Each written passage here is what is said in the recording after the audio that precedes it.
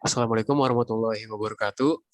Selamat pagi, siang, sore, atau malam, Bapak Asep. Eh, jadi hari ini kita ingin mempresentasikan tentang website yang telah kita buat, yang kami susun oleh ada Rizky Adi, lalu ada Gilang Adi Perkasa, ada Laneng Prasetyo, dan ada saya sendiri Muhammad Ilham Falevi sebagai moderator. Eh, Website yang kita susun adalah website e-learning. Kenapa kita mengambil tema e-learning? Karena tema e-learning sendiri itu merupakan suatu website media pembelajaran secara elektronik. E-learning mempermudah interaksi antara peserta didik dengan bahan atau materi, peserta didik dengan dosen atau guru atau instruktur, maupun sesama peserta didik. Peserta didik juga dapat saling berbagi informasi dan dapat mengakses bahan-bahan belajar setiap saat dan berulang-ulang. Dengan kondisi yang demikian itu, peserta didik dapat lebih memantapkan penguasaannya terhadap materi pembelajaran. Tampilan website e-learning kami buat memiliki 8 page, yaitu ada home, dashboard, schedule, chats, settings, course, task, dan quiz. Oke, yang pertama-tama saya akan menjelaskan tentang video profile.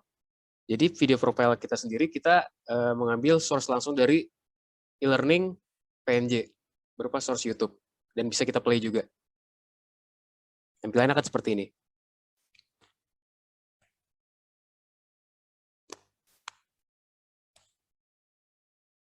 Ya, seperti itu tampilannya.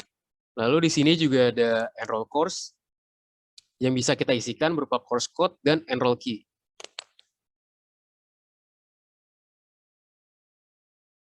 Yang kita enroll now akan muncul dialog box. Enroll course sukses. Lalu di sini juga ada online users yang menampilkan mahasiswa mana nih yang lagi online nih. Nanti akan ditampilkan di online users. Lalu juga kita ada wallpaper carousel yang secara otomatis akan berganti.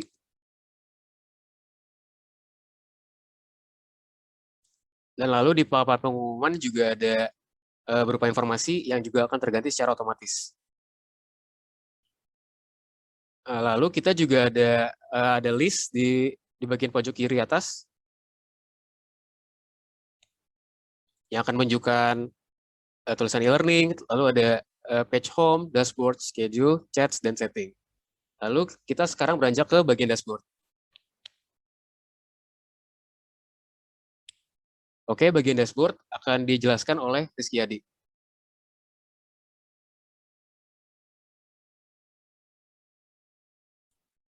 Ya. Untuk halaman dashboard sendiri ini sama seperti halaman sebelumnya, terdapat sidebar ini sebagai pusat navigasi user untuk berganti halaman ke home, schedule, dashboard, chat, setting, atau logout. Nah, di atas ini terdapat search bar yang bisa diketik. Selanjutnya ada pusat notifikasi serta profile info dari user itu sendiri. Nah, paid course ini sendiri merupakan ditujukan sebagai pusat manajemen materi, pusat manajemen course, tes, serta quiz. Nah, di sini user bisa ngatur serta lihat-lihat dari course atau kelasnya, tes atau tugasnya, serta quiz-quiznya. Nah, selanjutnya kita coba lihat course atau kelas aljabar linear. Nah, selanjutnya di halaman ini atau halaman course ini ditujukan sebagai pusat manajemen materi serta pusat manajemen tes dan quiz. Nah, di sini kita bisa lihat materinya. Ini kosong karena emang aslinya kosong. Terus kita juga bisa download materinya.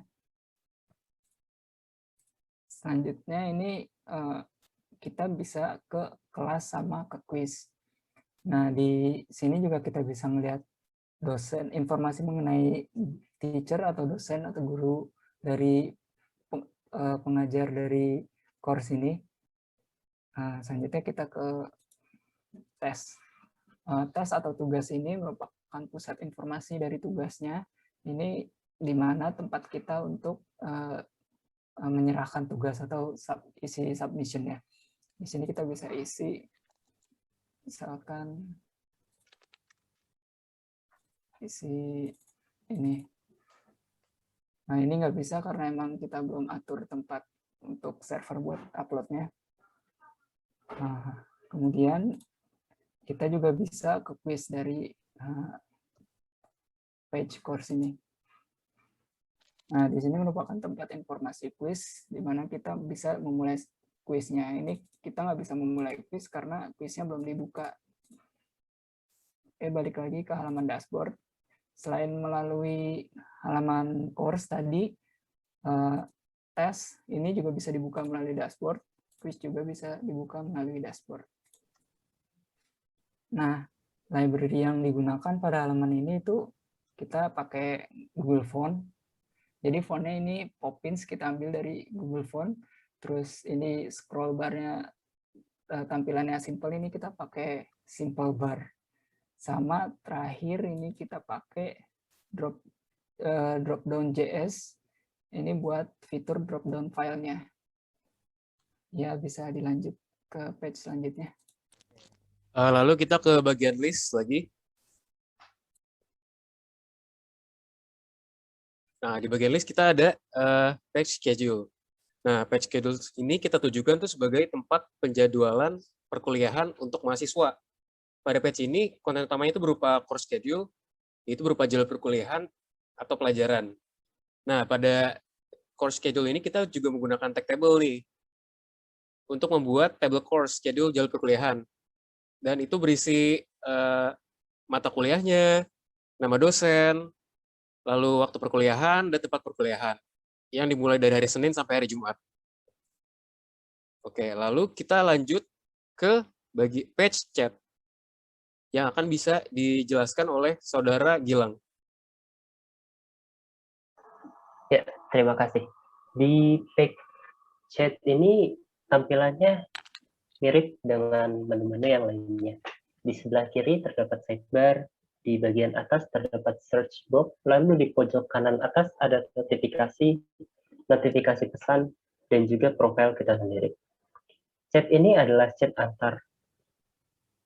antar murid dalam satu kelas yang berfungsi sebagai sarana diskusi antar mahasiswa.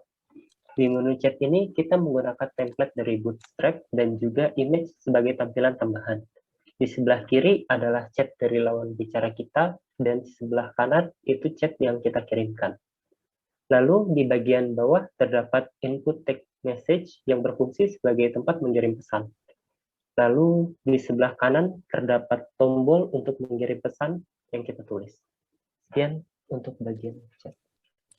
Lalu setelah kita berkunjung ke page chat, kita lalu ada bagian page settings. Nah, page settings sendiri akan dijelaskan oleh Saudara Lanang. Saudara Lanang dipersilakan. Baiklah, ini merupakan tampilan menu setting dari website e-learning yang telah kita buat. User interface dari menu setting ini dibuat dengan menggunakan format form. Bisa kita lihat di sini, terdapat dua bagian utama di menu setting. Yang pertama itu ada profile setting. Profile setting ini berisi tentang informasi-informasi umum, data dari mahasiswa. Profile setting terdiri dari nama, selanjutnya ada student ID, selanjutnya lagi ada email address. Nah, di bagian email address ini kita bisa memasukkan sendiri alamat email yang kita pakai. Selanjutnya ada gender. Gender ini dibuat dengan menggunakan radio button. Jadi kita bisa memilih antara male atau female. Selanjutnya di bawahnya ada bagian religion. Nah, bagian religion ini dibuat dengan menggunakan drop-down box. Kita lihat di sini, kita klik, akan tampil pilihan-pilihan agama sesuai dengan kepercayaan. Selanjutnya ada bagian description. Nah, di bagian description ini dibuat dengan menggunakan teks area. Jadi kita di sini bisa menuliskan keterangan tentang diri kita. Oke, selanjutnya merupakan bagian user picture. Nah, di bagian user picture ini mahasiswa bisa mengatur tampilan foto profile dari akun e-learning-nya. Bisa kita lihat, di sini ada tampilan current picture. Tampilan current picture ini merupakan tampilan foto yang kita gunakan saat ini. Selanjutnya, ada delete picture. bagian delete picture ini dibuat dengan menggunakan checkbox. Bisa kita klik di sini.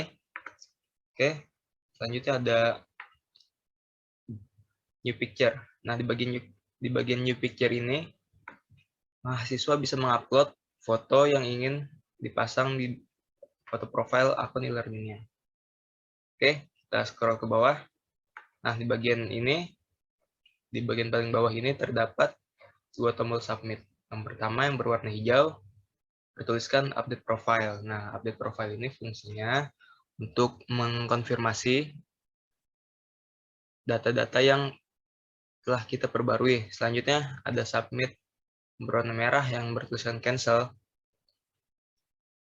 Ini fungsinya untuk membatalkan data-data yang telah kita perbarui. Oke, sekian.